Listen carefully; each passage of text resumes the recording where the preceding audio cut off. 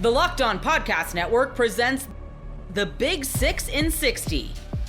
The 6 biggest national sports stories from the local experts of the Locked On Podcast Network. Get the real story, why it matters, what's next, who wins the big game, and more, all in 60 minutes. The Big 6 in 60 starts now with the biggest story in sports. Are the Washington Commanders playing with fire? Terry McLaurin says he's ready to lead. You are Locked On Commanders, your daily podcast on the Washington Commanders. Part of the Locked On Podcast Network, your team every day. Why Washington won't pay for what Terry McLaurin has already earned. All of that coming up on today's episode of Locked On Commanders, a proud part of the Locked On Podcast Network, your team every day. And this episode is brought to you by Gametime. Download the Gametime app, create your account, use the promo code LOCKEDONNFL for $20 off your first purchase. Just last weekend, my wife and I, thanks to Gametime, went to New York Yankees game. Got to go to Yankee Stadium for the first time ever. Definitely highly recommend utilizing the app because I am a customer myself. The Commanders aren't questioning Terry McLaurin's legacy. They just don't appear willing to pay for it. I think that's really kind of the bottom line here. Terry McLaurin is going to play in 2025. I believe he's going to play for the Washington Commanders, but the Commanders front office appears to be refusing to pay for past value. Terry McLaurin wants to be paid for leadership, loyalty, and durability. And don't necessarily disagree or not, necessarily see where he's coming from, but his own words, speaking to media on Tuesday afternoon, really just kind of highlighted that these are some of the main sticking points. When you read between the lines, pick up what Terry McLaurin is really kind of harping on with his frustrations about the team and the negotiations. It just seems like that's the message I'm picking up. One of the things, quote, when things were adverse, when there was a lot of chaos going on, I held firm, I held strong, I held my head high, and I was a leader. I'm going to continue to do that, end quote. Another quote, when you have that type of production, when you know how people value you and see you and have told you to your face, and then you see how it's progressed up until this point, that's very disappointing, end quote. Terry McLaurin also talked about the market, how it talks about the guys who are playing the caliber that he is deserving of, why he fits in that box, how he carries himself both on and off the field. Also, Terry McLaurin also said, quote, I don't want to feel like you have to beg for someone to see your worth and value. Everything in previous regimes, and now I've done everything asked of me, end quote. And ultimately, Terry McLaurin said he feels a little bit disrespected by the way this Washington Commanders front office, led, of course, by general manager Adam Peters, has kind of handled things. He says that they have to do what's best for the team. Obviously, Terry McLaurin understands that, but Terry also says, quote, I know what I bring to a team, and I feel I've proven that day in, day out. I have to stand on my worth and my value, end quote. And listen, like man to man, human to human, there's a lot of things about what Terry McLaurin is saying that I agree with.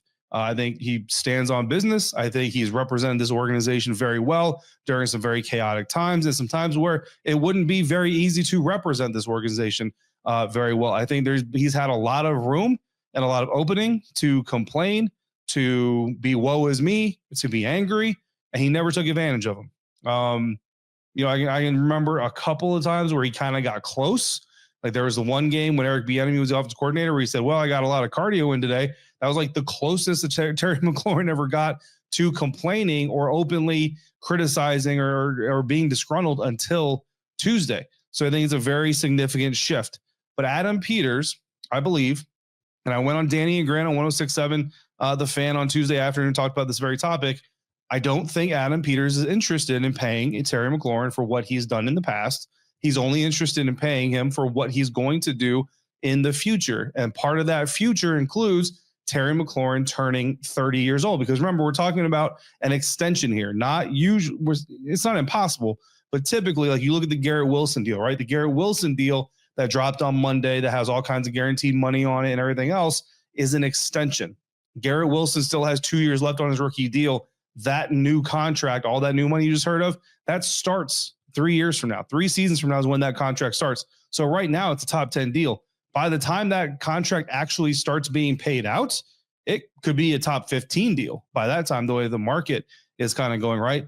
So Adam Peters just doesn't look to me like he's wanting to commit top money, top 10, top 5 for projected declining gears. And that unfortunately is what the projections say for Terry McLaurin. More on that here in just a little bit. And I believe that Adam Peters is more than willing to let this current deal expire and decide if new money is really warranted in the next offseason. And the evidence of that is Terry McLaurin himself saying that there has been no conversation between his camp and the Washington Commanders, or at least himself and the Washington Commanders. Like, he didn't specifically say my agent hasn't talked to the team, but he did say that he hasn't heard anything from the team in over a month.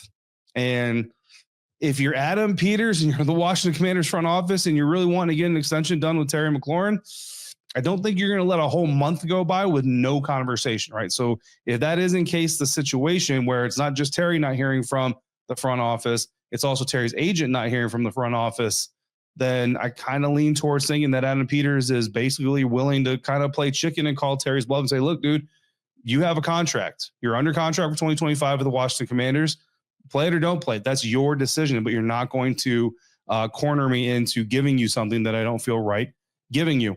And a lot of that is going to have to do with the age. It's not Terry's production, 5 straight 1,000-yard seasons, double-digit touchdowns last year. It's not his leadership. Leadership is unquestioned, and I think that you can dip into the past and look at who he's been as a leader, who he was last year as a leader. And Terry did acknowledge the age thing, okay, up front, but he also kind of dismissed the age thing, said, quote, I'm not dismissing age completely. There are data points to support that. We've got those data points. But how come it's not okay to say this may be a different case? And based on what he's proven, showing no signs of deterioration, I feel that should be acknowledged as well. End quote. He also said, quote, people make it seem like I need to start getting fitted for a walker and a cane. My game is going to mature in a great way. End quote. As someone who has had to walk with the cane, I totally get where Terry's coming from here. Terry also pointed out, very, very good point.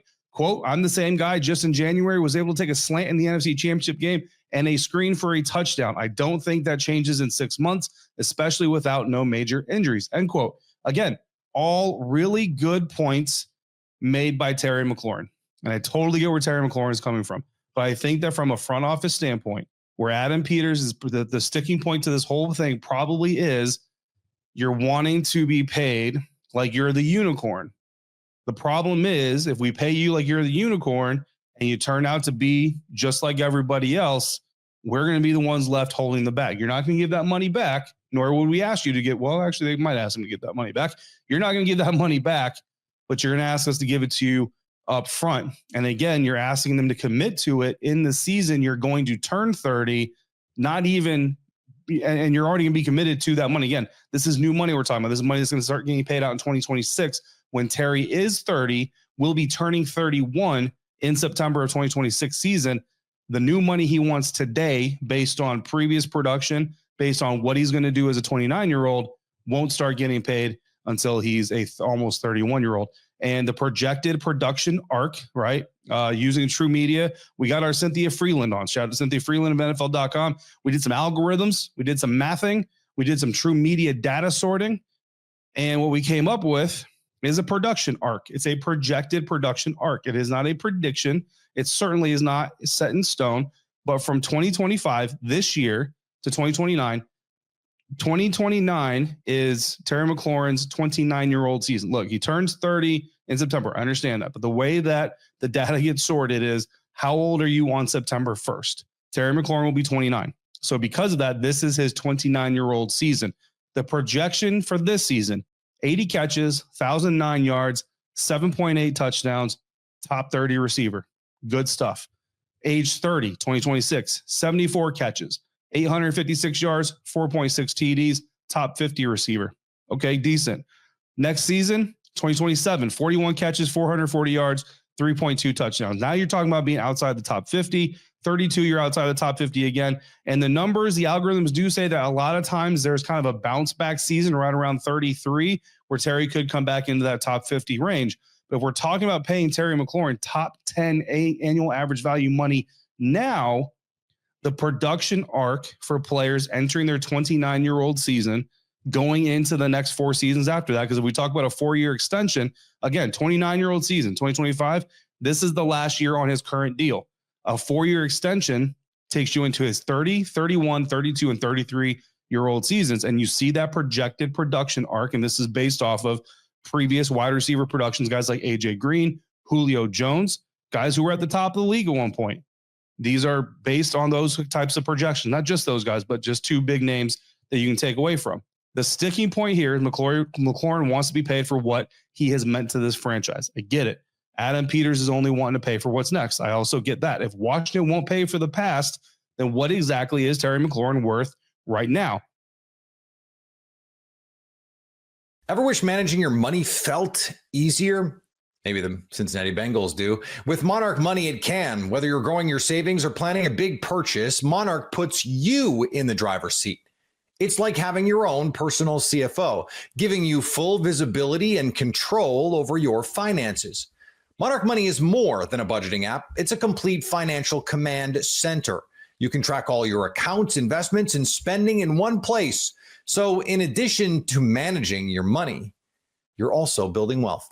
Take control of your finances with Monarch Money. Use code LOCKEDONNFL at monarchmoney.com for 50% off your first year. That's monarchmoney.com, code LOCKEDONNFL for half off your first year. Another year, another wide receiver trade request. It wouldn't be 49ers training camp without a little bit of drama as rookies report. You are Locked On 49ers, your daily San Francisco 49ers podcast. Part of the Locked On Podcast Network, your team every day. Jauan Jennings looking for a new contract, making about $7 million this year. Croc going into the final year of a 2-year extension, and he wants a new deal.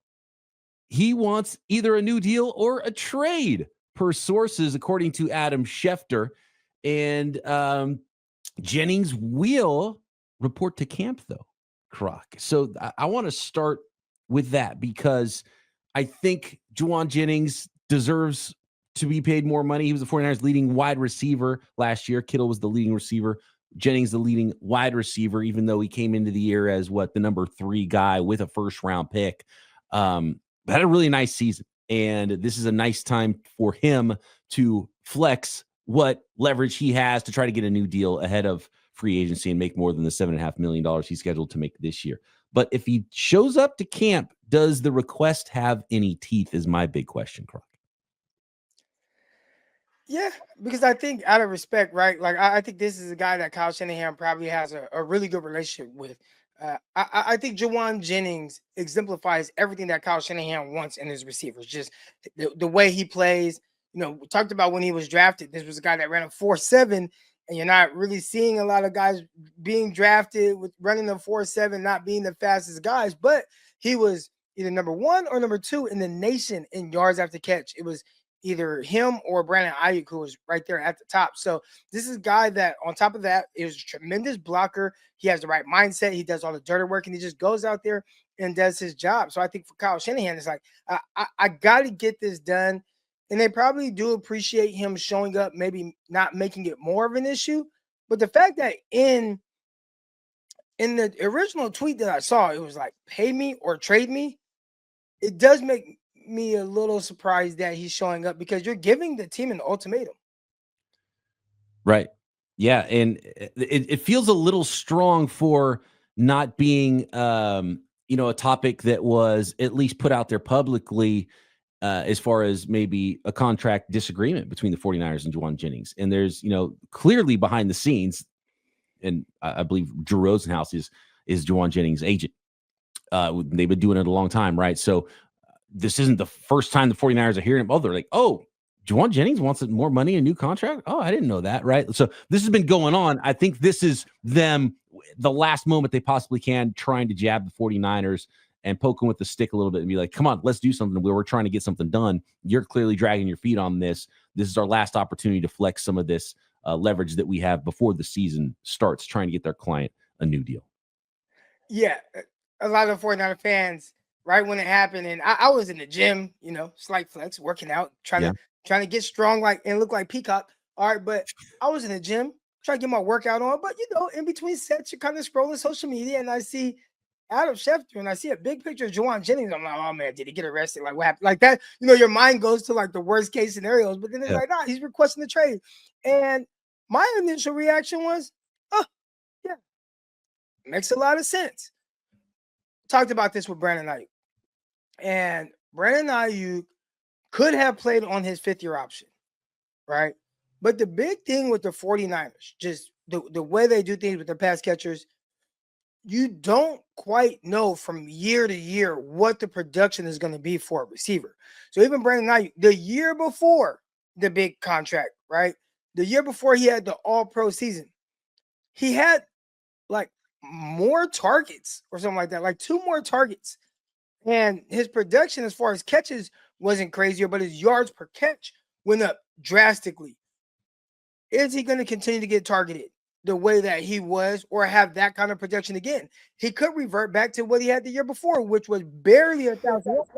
Now I'm not as valuable to the 49ers or other teams from a financial standpoint, or I'm not going to get as much money as I potentially could get. So when I look at Jauan Jennings, and he had this season where he got almost 1,000 yards, it's like, oh, I got to cash in on what I am, because I don't know this year if I'm going to have that kind of season again. We'd assume, like, oh, well, Jauan Jennings showed his worth.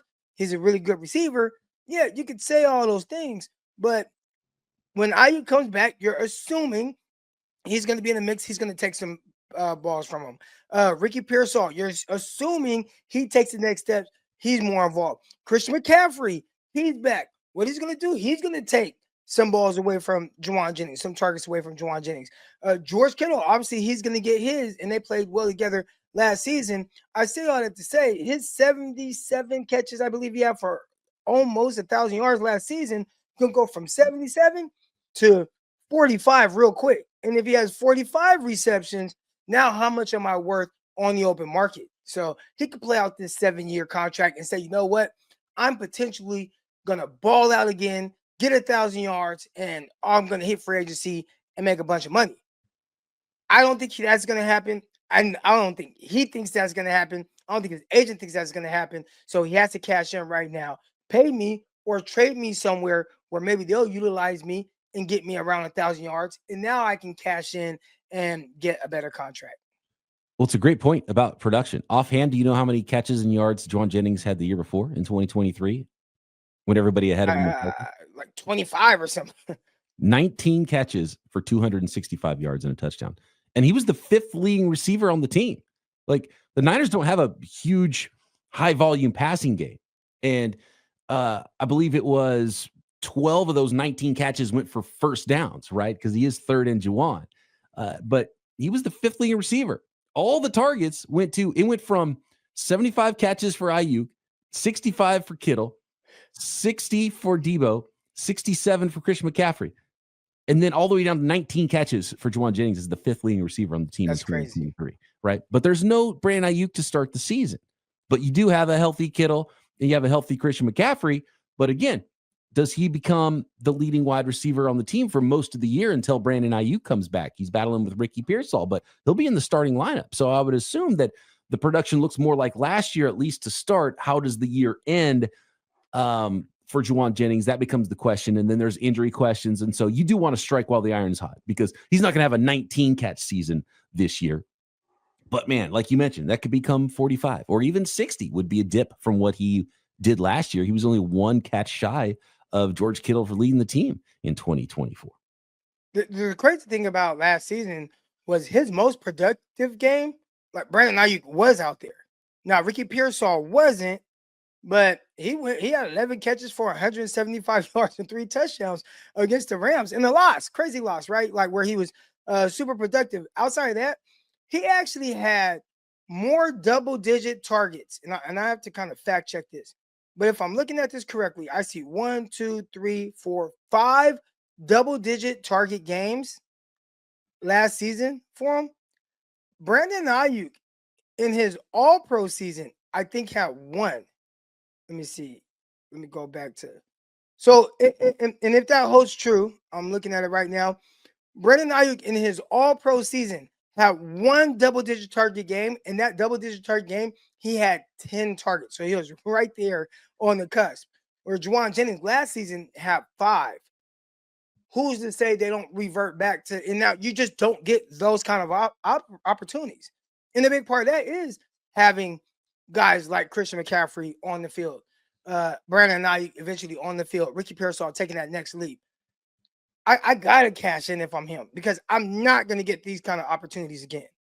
Breaking news. 5-star linebacker Tyler Atkinson has committed to Texas. You are Locked On Longhorns, your daily podcast on the Texas Longhorns. Part of the Locked On Podcast Network, your team every day. Just moments ago, your Texas Longhorns landed a commitment from 5-star linebacker Tyler Atkinson from right here in the state of Georgia. Oh yeah, we're live at SEC Media Days in Atlanta. Texas will be talking later today, but we didn't have to wait until the afternoon for some good Texas news to arrive. Tyler Atkinson, the top-ranked linebacker in America for the class of 2026, according to not just one side, but the overall composite rankings, has committed to Texas, choosing the Longhorns over Clemson, over Oregon, and most importantly, over the Georgia Bulldogs. Oh yeah, Atkinson is from the state of Georgia. He plays his high school ball less than 40 miles from Athens. This is the second consecutive year that Steve Sarkisian has gone into the state of Georgia and stolen a 5-star recruit from Kirby Smart territory. Last year, it was the 5-star defensive lineman Justice Terry, the number 1 D lineman in the class of 2025. This year, it's the number 1 linebacker and the 9th-ranked player in the entire class, linebacker Tyler Atkinson. And look, pen hasn't hit paper yet. Nothing is official until December 3rd, but it goes without saying, this is a massive pickup for Texas, a massive pickup for Texas. The Longhorns were in serious need of an elite linebacker in this class. We've talked a lot about the future of the linebacker position at Texas. Anthony Hill, who will be here in Atlanta today representing Texas, he's more than likely gone after this season, more than likely a first-round pick in the 2026 NFL draft.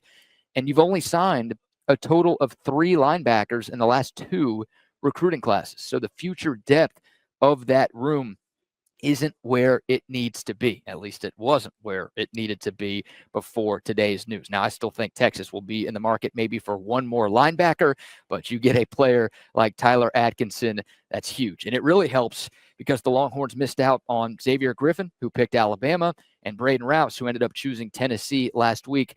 Atkinson was kind of the last of the big 3 linebackers that Texas was really going after here in the class of 2026.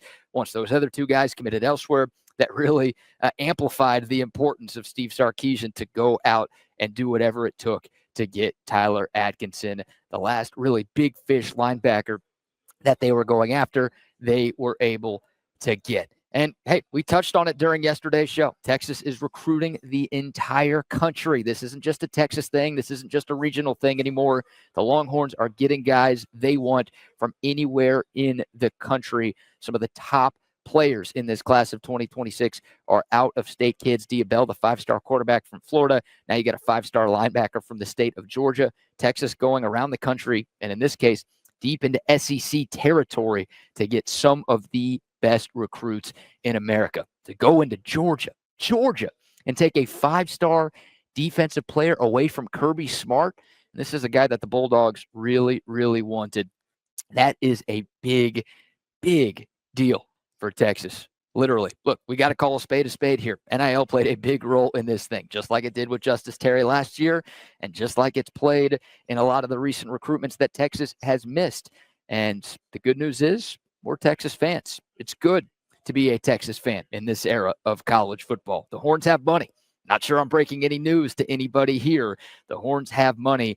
And I know the last few weeks haven't been great on the recruiting trail, but all of these misses has kept money in Texas's pockets. Money that they now have to spend on Tyler Atkinson and potentially 5-star running back Derek Cooper later this week. So you don't have to spend money on all of these other guys. The Felix Ojo money opened up. That helps Texas's bank account, and that allows the Longhorns to go after some other big-time targets this year. Just trust the process. I said it last week in regards to the Horns recruiting slump. 3 little birds. Don't worry about a thing, because every little thing is going to be all right. This is just the start, but it's a damn good one. Summer sports are in full swing, and whether you're all about baseball under the lights, golf on the green, or high-stakes soccer action, FanDuel is the best way to make every game even more exciting. You're already following the action. Why not make it a little more thrilling? With FanDuel, you can get in on the game while your friends are getting sunburned at the beach. It's easy to use, fast to pay out, and makes even regular season games feel like must-watch events. Whether I'm placing a same game parlay or watching a bet right in the ninth inning, FanDuel makes it feel like I'm part of the action. And if you're new to FanDuel, new customers can bet just $5 and get $150 in bonus bets if your first bet wins. Open the FanDuel app today or visit FanDuel.com/lockedon to get started. The Jets give Sauce Gardner a record-setting contract extension, and it's a bargain. You are Locked On Jets, your daily New York Jets podcast. Well, another day, another contract extension for the New York Jets. One day after the team agreed to terms on a long-term deal with wide receiver Garrett Wilson, the Jets announced another contract extension for a player they drafted in the top 10 in the 2022 NFL Draft. Sauce Gardner, the superstar corner, receives a record-setting deal. It is a 4-year contract worth $120.4 million. $60 million of that is guaranteed. On today's show, we're going to break down this new contract for a star player. I'm going to talk about the ways this shows that the Jets will have better leadership going forward. I'm going to talk about why this record-setting deal is a bargain. That might sound like a contradiction, but it's not. But let's begin by talking about the value Sauce Gardner brings to the New York Jets. Sauce Gardner has been one of the best players in football since he set foot on the field. He is a guy who has made first-team All-Pro at corner in 2 of his 3 NFL seasons. And that's very impressive. He made it year 1. He made it year 2. Year 3, he stepped back a little bit. It wasn't quite as impressive as his first 2 years. But here's the thing. A bad season by Sauce Gardner's standards is a good season for practically everybody else. Sauce Gardner was still an upper echelon cover guy. Look, is his game perfect? Nobody's game is perfect. He's not a great tackler in space. Lots of corners aren't great tacklers in space. He doesn't have great hands, so his interception numbers may never be great because he drops some interceptions. But what he does is he erases the other team's best receiver. He erases whoever he's up against one-on-one. That is a critical thing to have on your football team. And it's not something a lot of teams have. Sauce Gardner can shut down the other team's best receiver. And that is going to be more critical with Aaron Glenn than it was even under Robert Saleh. When Robert Saleh ran the defense, corner was important, especially on third down plays, especially on passing down plays, because on third down, Robert Saleh, along with Jeff Ulbrich, they like to mix things up.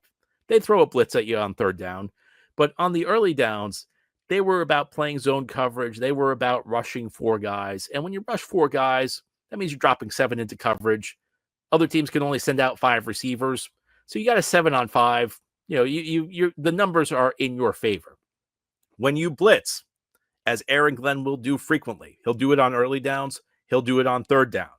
The calculus changes because you're sending a 5th guy at the quarterback. So that means you only have 6 guys in the back of the defense. And usually one of the 6 is going to be a guy who's kind of like the last line of defense. He's going to be usually we call it the free safety or the single high safety. There's going to be one guy at the back of the defense who's just going to be like the last line of defense. If someone blows a tackle, he's going to be there. So that means really it's 5-on-5. That means you got to play man to man. And I would almost compare this to the change when Eric Mangini left and Rex Ryan came in. Because Rex Ryan, when he came in, he inherited another star corner, Darrelle Revis. Now, there's a bit of mythology around Rex and Revis from the standpoint that people act like Revis wasn't a great player before 2009. And that's not the case. Darrelle Revis made the Pro Bowl in 2008. Near the end of the 2008 season, it became clear that he was a lockdown corner.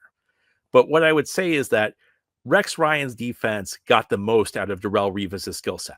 Because what Rex Ryan would do is he would send Darrelle Revis, if the other team had an elite receiver, Darrelle Revis would follow that guy around the field. He'd go left if the number 1 receiver went left. He'd go right if the number 1 receiver went right. In 2009, Darrelle Revis matched up with the other team's number 1 receiver 2/3 of the time, 66% of the time. And even that understates how significant Darrelle Revis was at following the other team's best receiver around the field. Because if Rex Ryan felt like the other team's best receiver wasn't a star, then they just put Rivas on one side. Then they wouldn't have Rivas follow the other. So it was only against the elite receivers where Rivas drew those matchups, where he was just on the other team's number one receiver nonstop. And that's like when the Jets went up against Andre Johnson, great receiver with the Houston Texans, or Randy Moss, the Hall of Famer, one of the top 5 receivers to ever play the game with the New England Patriots, or the great Steve Smith with the Carolina Panthers that year. Those were the types of receivers Rivas drew one-on-one for the entire game. And when they were up against an elite receiver, Rivas would follow them around the field and erase them.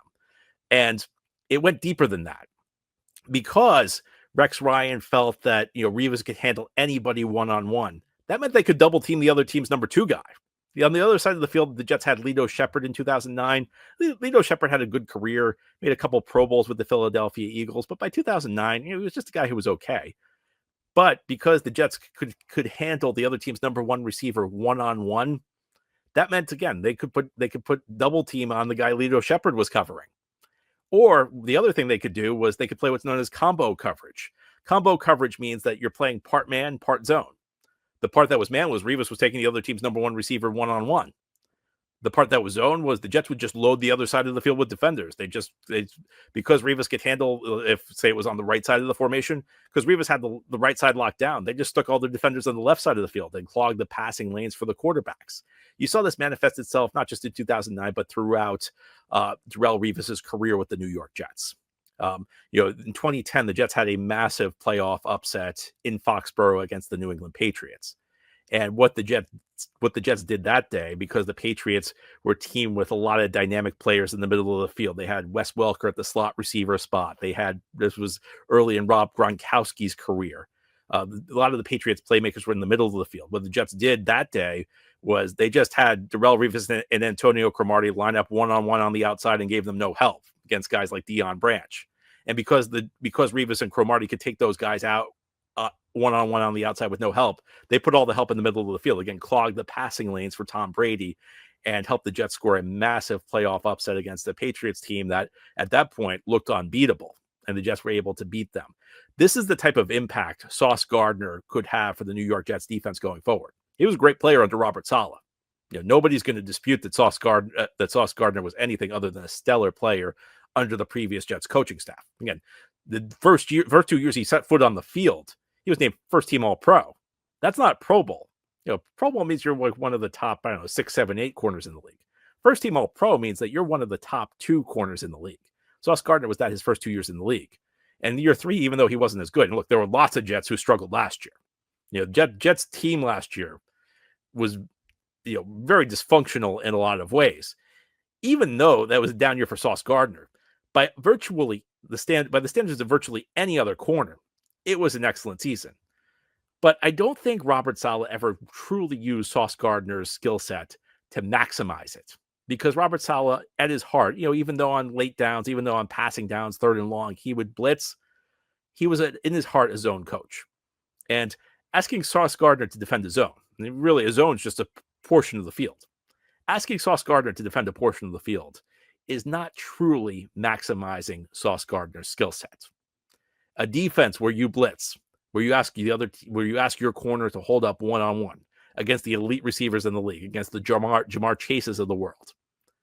That's a tremendous skill set to have. There aren't many teams that have it. The Jets have it with Sauce Gardner, and that's what makes this extension a no-brainer. Ever wish managing your money felt easier?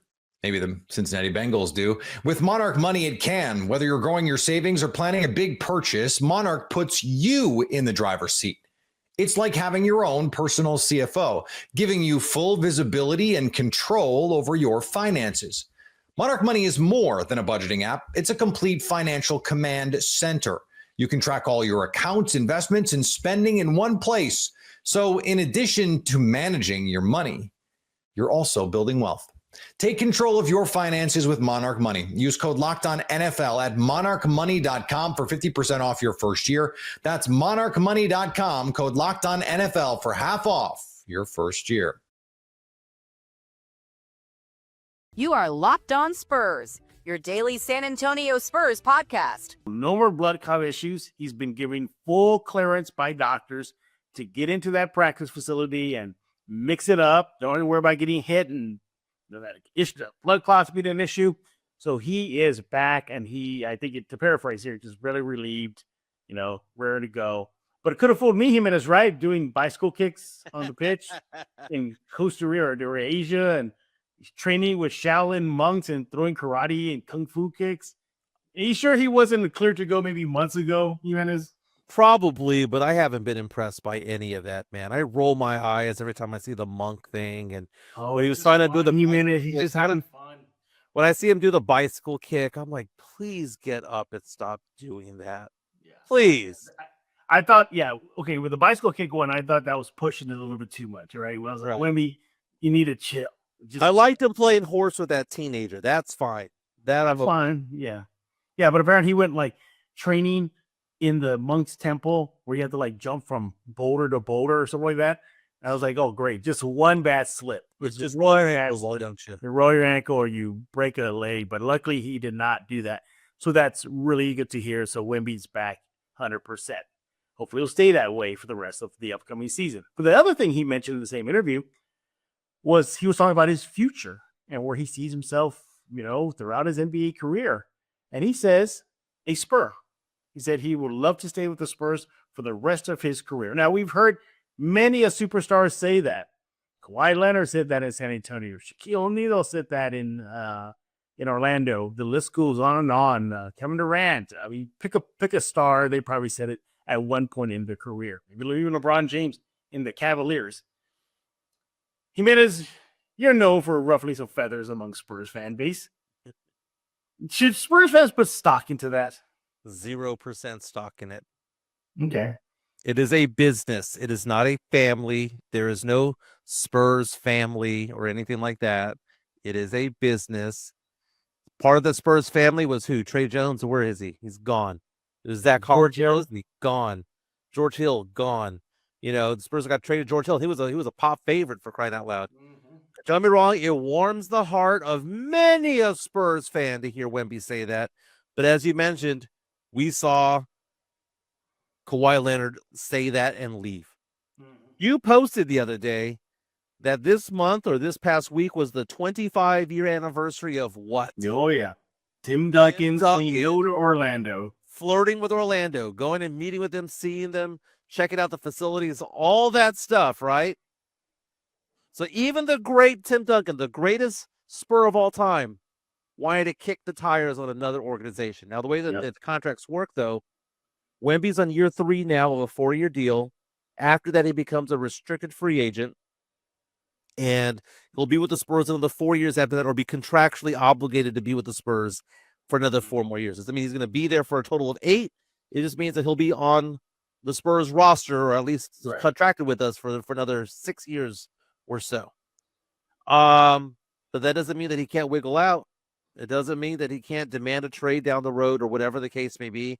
Whenever a Spur player or any athlete, doesn't matter if it's a Spur, if it's a Cowboy, a Texan, or whomever, whenever they talk about, quote unquote, loving the franchise or whatever the case may be, I roll my eyes because it is public relations 101 to say things to make the fans happy. Yeah. And maybe he feels that way right now. Maybe he feels that way right now, but that doesn't mean that he's not going to feel that way 2 years from now, 3 years from now, 4 years from now. But I will say this, though. Seeing him at Spurs Summer League and seeing basically the entire roster out there has warmed my cynical heart. Is getting sentimental here a lot. I got sentimental. I didn't see Castle there for one. Oh, he was there. Summer League. He was there Saturday. You didn't go to the first one, right? So you have all of the different Spurs players out there, plus Sohan's girlfriend, all sitting together. And it warms my heart. And it warmed my heart seeing Keldon Johnson wearing a cowboy hat outside of. I like that too. I like that he wears he's okay with the cowboy hat there. See, we got to get a picture of him in that cowboy hat now instead of replacing this very old photo of him still wearing number 3. By the way, you think he goes back to number 3 next year? He stays better. He better, man. He's a different player at 3, man. He's a different player. But anyway, certainly back to the Wemby, words that he said about San Antonio. I appreciate that. I do. But I'm with you too. It is a business. Whoever thought that Luka Doncic would get traded from Dallas? It happened. Right. It happened. It shocked the world. Shocked the sports world when it happened. The Spurs traded Sean Elliott. Yeah, they traded Sean Elliott. Now, granted, Wemby and Sean different levels, but nevertheless, he still was, a pretty damn good player for the Spurs. And that was in Sean's peak still. Sean was still in his peak years, before he got shipped to Detroit. So it does happen. And even happens to even aged veterans like the Iceman Gerben, traded from San Antonio to Chicago. It happens. Now, again, money talks, he seems to be okay. The other news is that, not news, but just point that I want to bring up is he is an international player. You see a lot of international players stick with their teams more often than not. You see that with Giannis right now. He was reportedly flirting, leaving with Milwaukee, but he's been on several, like a social media shows, I guess, or caught him on video saying, he's likely going to stay in Milwaukee. That happens. Look at Joker. Joker likely is going to stay in Denver. It will take like a trade of what we saw with Luka Doncic, that magnitude maybe for Wemby to leave San Antonio. But I think he sure would love to stay in San Antonio. But things happen in the future. We just don't know what could happen. But it was still good to hear. I think it definitely is good to hear for Spurs fans, knowing that their franchise player wants to stay in San Antonio, because San Antonio gets a knock for being nothing there, like nothing to do for young players, young rich men in San Antonio. I think there's on social media right now, there's commentary about how Dylan Harper is going to hate San Antonio because he lived in the New York area for 19 years of his life and he comes to San Antonio, and say, oh, well, at least he can work on his craft. There's that. Well, nevertheless, you lived in New York for quite a while, right? I lived in New York for 2 decades, 20 years. Yeah. And is there an difference in my life? Is there a big difference? It is night and day. And that's why international players work well in small markets. It's because they're not dazzled by it. I mean, Parker, Wemby, they were from Paris, for crying out loud. They're not going to be dazzled by Houston or Miami or New York. They're like, yeah, you know what? I want to be in the best situation because I'm going to go. Houston is probably just like a neighborhood in Paris for them. You're like, oh, it's just a neighborhood. Yeah, it is. So it's kind of funny. It's the American players that gravitate towards the bigger cities and want to have that. Yeah. And, you look at SGA from Canada. Okay, he's fine in Oklahoma City. But Wemby is maybe he likes the fact that it's a small market. We discount that. It's all about the personality. It's also about the maturity level of said player. Yeah, exactly. We'll see what happens. It doesn't seem like Wemby's a partier. Like, I don't see Wemby. I get some vibes like that, just little vibes that he likes a little bit of the nightlife. I don't. Maybe he's more. I get a little vibe, light type of thing, where maybe that's what I should say. A socialite. Yeah, there you go. He likes going to Dalas and stuff like that. But I'm talking about hitting up the club at 3 a.m. So maybe like pulling the James Harden. James Harden. Yeah. He's not going to various gentlemen's clubs in Atlanta, is what I'm saying. I don't picture him as being that. I mean, we know there are some Spurs players who like to party. We know that, right? I don't think he's the one. Willie Anderson. Whoa. Last of the pass or number 40. My goodness. He was my favorite, man. Dope went to a party in San Antonio too, big time. Dude, Willie Anderson was a master of the 15-foot turnaround jumper, man. Just run. No, he was a master of never making the three, but having his toe on the line. Yeah, this toe's on the line. It's like 1 more inch, Willie. But anyway, but yeah, I appreciate it. Spurs fans appreciate Wemby's words about staying in San Antonio, but again, we don't know the future. We just don't. Right? We'll see. Yeah, I mean, it'd be a dark day though if that ever does happen in San Antonio. That would be pretty bad to see Wemby leave. But I don't think I'm just crossing fingers that will never ever happen. Does he trust the process? He's saying he's trusting the process. Every time they talk about the construction of the roster, he's saying like, yeah, I trust the process. Oh, we don't need to go get a big name other star. We're good with who we got. So he seems to be trusting the process. We'll see that process does pay off in titles and deep playoff runs in the future for Wemby. He is Mike Jimenez with Area 210 Podcast. Mike, tell us about Area 210. Why should fans go check it out and subscribe? We're nearing 2,500 subscribers on YouTube. Numbers are getting higher and higher. It's funny. I thought that our numbers would go down during the off season, but actually it's picking up pretty tremendously right now. We have the Alien logo. We're on every day from 10 a.m. to 11:30, Monday through Friday on YouTube. Sometimes we simulcast on Twitter and on Facebook as well. But we have a lot of Spurs talk. I mean, I'd say probably 50% of our show is Spurs talk. And we have various Spurs fans from Spurs Twitter chime on in.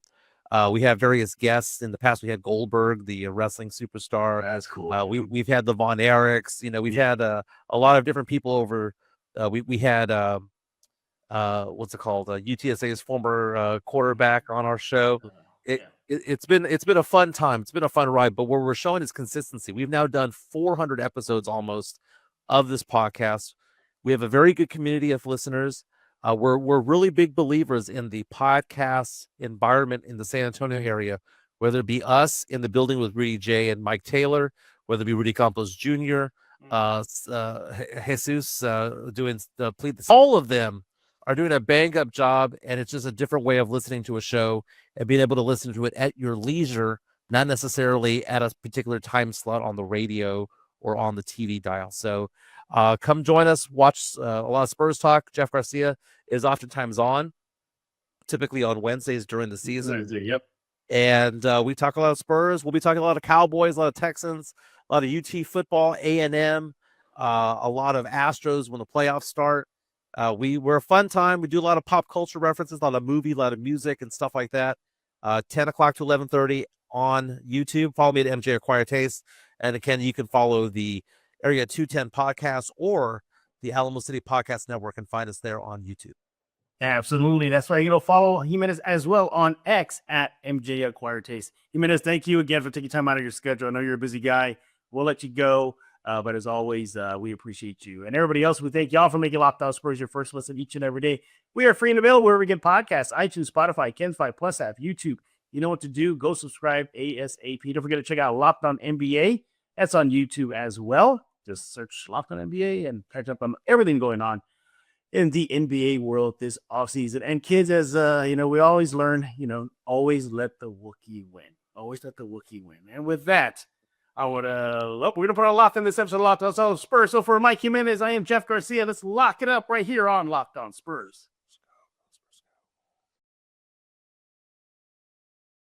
Summer sports are in full swing, and whether you're all about baseball under the lights, golf on the green, or high-stakes soccer action, FanDuel is the best way to make every game even more exciting. You're already following the action. Why not make it a little more thrilling? With FanDuel, you can get in on the game while your friends are getting sunburned at the beach. It's easy to use, fast to pay out, and makes even regular season games feel like must-watch events. Whether I'm placing a same-game parlay or watching a bet right in the ninth inning, FanDuel makes it feel like I'm part of the action. And if you're new to FanDuel, new customers can bet just $5 and get $150 in bonus bets if your first bet wins. Open the FanDuel app today or visit FanDuel.com/lockedon to get started.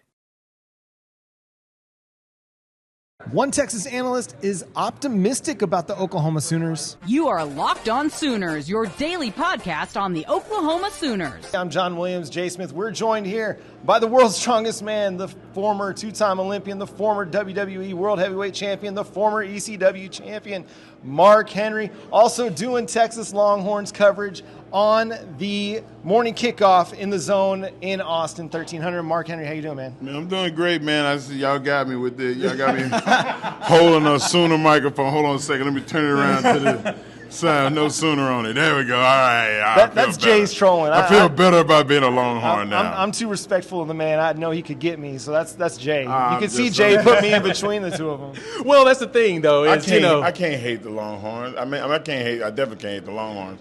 I can't hate the Sooners. My son is one. So. Exactly, and that's why we're having you on, Mark. Like, first and foremost, your son committed to Oklahoma. He's going to wrestle, and he's going to play football. How did that feel as a father to see him going to college to wrestle while also playing some ball? It did not surprise me one bit. He loved it when getting recruited by OU. He loved the fact that he's getting to wear red. Like, as a little kid, I would try to get him to wear burnt orange, and he just always, I want the red one. I'm like, oh, God. Now he grew up, and even in high school and college, he's really wanted to be a Longhorn. Wanted to be a Sooner all this time, so he got his wish. Well, it sounds a lot like my daughter. Eliana. She's 9. But anytime Oklahoma's playing Texas in anything, softball, football, gymnastics, it doesn't matter. She's pulling for the Texas, yes. Yes, good and girl. I don't know what I'm doing quite wrong, but she's trolling Somebody me. asked me what did I do wrong in my life for your son. I said, you know what, man, I haven't done much wrong in my life. Right.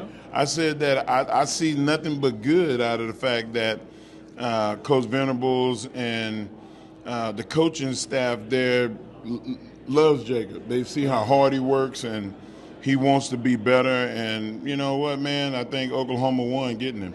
We're excited to have him for sure. Talk about what it does for a defensive lineman, a defensive tackle, to have that wrestling background. Well, just balance and leverage. Like, it's hard to knock somebody off balance. They know how to push and pull you to make themselves more stable, and the dog in you.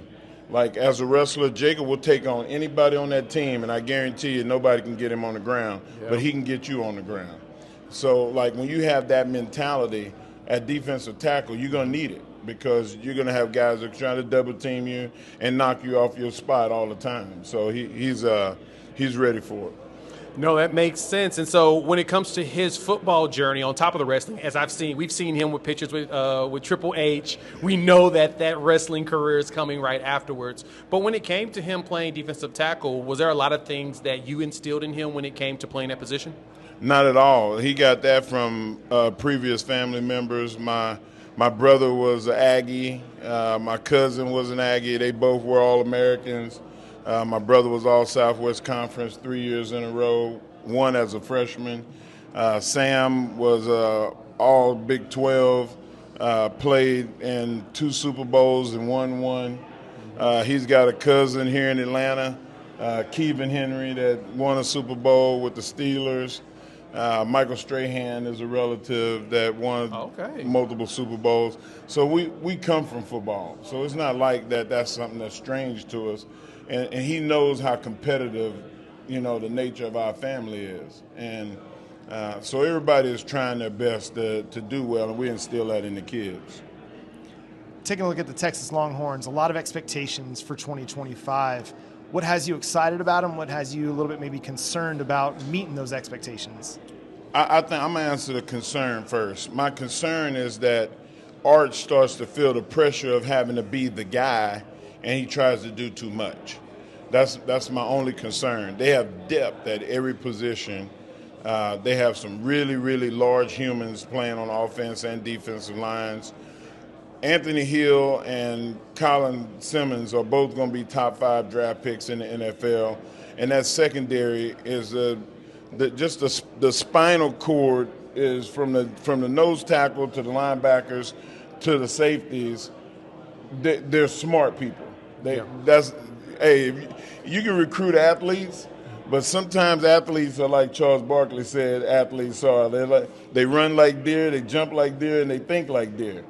Like, that's not this Texas defense. This Texas defense is nasty, and they a bunch of smart guys. I hated to see Makuba go to the pros because he was kind of the catalyst for that smart guy in the secondary, but Michael Taft is just as smart and a good teacher. What's a young player with Texas that's kind of gotten your eye as you've been evaluating them in preparation for this year that may be the one that breaks out? The guy I feel like is really not a breakout because C.J. Baxter, everybody knows that how good a player he was as a freshman, but he got injured last year and missed the season. He's back at full speed. 6'1", 235 pounds, ran a 4.40. Like, that's going to be the guy that's going to be Archer's saving grace. Not to mention they brought in a wide receiver from Stanford that prides himself on blocking upfield. That's going to bode well for the Texas running game. And then they brought in injuries from UCLA, who was a really good blocker, and 270 pounds at tight end. He's like having another offensive tackle out there sometimes in the run game. So you're going to get to see a lot of ground and pound, and then the play action is where Art should kill people. But I don't want him to feel like he's got to use his 6'5", 235-pound frame to run the ball like he's Cam Newton, because that's going to maybe he's not as injury free as Cam is. I don't want him to get hurt trying to do too much. Well, you heard Diego Pavia actually talk about that yesterday, where he mentioned he's another one that I don't want to see get beat up. Right, as the season went along, he just felt the wear and tear of it more and more. And, Yeah. and I think the same thing could be true for John Mateer. As good of a runner as he is, okay, let's pick our spots a little bit. Listen, where we take contact. I'm very optimistic about what OU has in the cupboard now. The wide receivers being healed up, and now having Mateer, and you got a running back that you brought in that's arguably the best running back in college football. Like, what says bad about Oklahoma right now? And that's a fair point. So you got an offensive unit that was kind of inept last year, but if they fixed 3 of the 4 problems that they had. So we'll see what happens with the offensive line, but everything else they fixed. So if they can stay healthy, like every team that was a close loss, they'll win those games. Yeah, and transition back to Jacob. The rosters for the fall 25 just dropped yesterday on the website. Of course, we're addicts here, so we're going to definitely jump in and read it. And I saw Jacob's right around about 295. For him, what's an optimal playing size that you think would be best for him for the SEC? He needs to be about 310. Okay. So he's still got some work to do. I want him to eat more and get in that weight room. And he's a 650-pound plus squatter. So he's a strong kid, probably one of the strongest kids there, if not the strongest. But that doesn't translate. Strength doesn't translate to being a good football player. You have to study the playbook to be a good football player. And that's one of the things that he's really been working on, is knowing where he's supposed to be and when he's supposed to be there and what the call is. Well, he's with a good defensive tackles coach in Todd Bates. So Coach Bates is awesome. Yeah. Awesome. One of the reasons that Jacob is there. All right, before we get you out of here, Mark, I would be remiss if I didn't ask you a wrestling question. Okay, come on, bring it. Okay, so you won your world title from Randy Orton. Randy Orton's still going strong, but he's had this face run over the last few years. Seems like he's hearing some voices in his head, though. Do you feel like a heel turn might be coming back for our guy? I think the best Randy Orton is the snake Randy Orton. Yeah. I want to see Randy being his gifting. If Randy Orton was a football player, I could see him playing tight end. You got a 6'5", 260-pound dude that moves like the athlete that he is. It would be a shame for him to try to go play quarterback. Right. And that's what I feel like he's doing right now, being the good guy. I think he's trying to play quarterback, being a good guy. Go back to tight end, catch the ball, move the sticks. Yeah, he'd be one of those players that you love him on your team, but you don't want him on nobody else's. Yeah, exactly.